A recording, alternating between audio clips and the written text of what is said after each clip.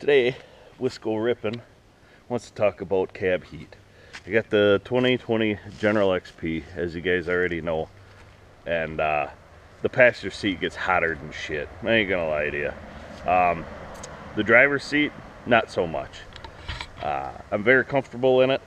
I believe I know the issue, the cause of all the heat, which is obviously the engine in the back.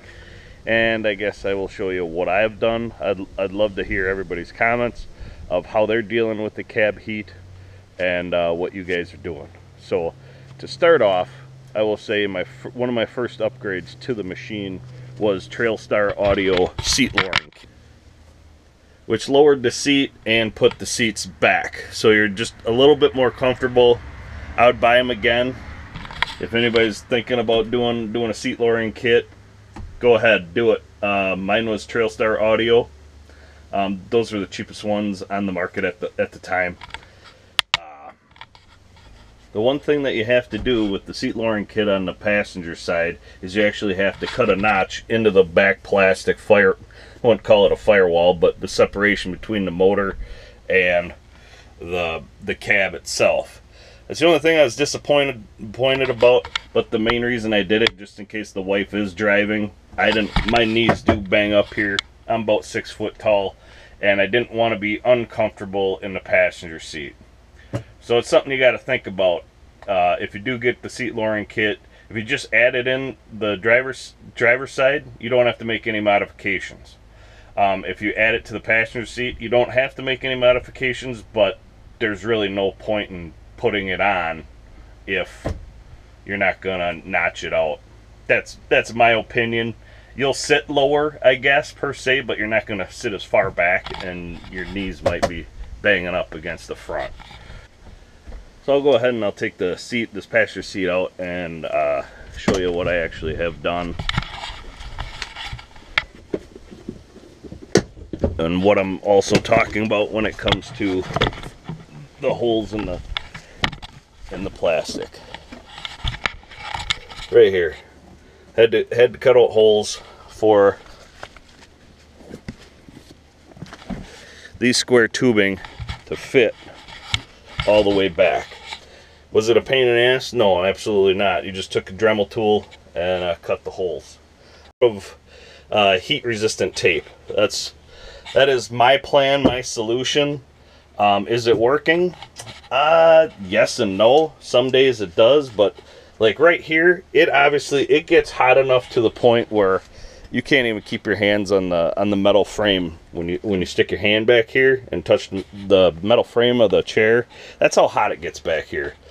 I have done both sides. The plan is, I got to clean this up a little bit, but the plan is to probably do most of this back right here. Maybe multiple layers, and also the bottom of the seat cover here. That's my plan so far. It is on a day like today where it's in the 80s, 90s. It's literally, after I'd say about 45 minutes of driving, it's unbearable to sit right here. Your ass cheeks get hot. I ain't gonna lie, your ass cheeks are gonna sweat. And also, I will show you, I've done the same thing on the back. If you guys can see that, you got a heat shield right where the muffler is. So I patched that all up. I'll probably put another layer on at some point, because like I said, it works. We got, depending on the day, depending on the weather, it's hot. It's hot as shit sitting in here. So that's automotive heat resistant tape. You do have to clean up your plastics very, very good before you put that on, else yeah, they ain't gonna stick like this little part right there. But that's my solution so far. So yeah, if anybody has any more comments or concerns or ideas that they would like to share of what they did, let me know. Because all I can think of is keep buying more heat resistant tape and keep patching stuff up here and there. So thank you for watching, like and subscribe. And oh, while I have the door open, and another little gem or secret tip or trick, whatever you want to call it, is on this door latch. I put wrapped that with black tape. It's a little beat up, but the reason I taped that up a couple of times is when you shut the door, you hear that? Yeah, me neither. Your door doesn't rattle anymore. So take it for what it's worth. Put a little black tape on there, and when it's just one less rattle when you're hitting the bumps and stuff on the trail. So Wisco ripping is out today, and it's time to go for a rip. Enjoy. Alright, before I add some clips of another ride, I just wanted to end the video also stating that after adding the automotive heat resistant tape, not that it's a cure-all, but it has helped since I've done the back and the front. Like I said, I'm going to do the front again, and actually I'm going to take the heat resistant tape and also put it on the inside of these cup holders, because these obviously get very hot from being in there. So far, like I said, when you're on a 90-degree day, it does get hot as shit in the cab. But so far, everything's kind of working out on cooler days.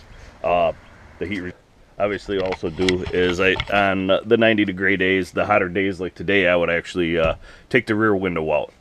So that's always an option for me. I do not take the front off for dust and wind issues. So other than that, enjoy the rest of the video of a couple of trips that I'm just going to add in there that I got on the GoPro. So enjoy.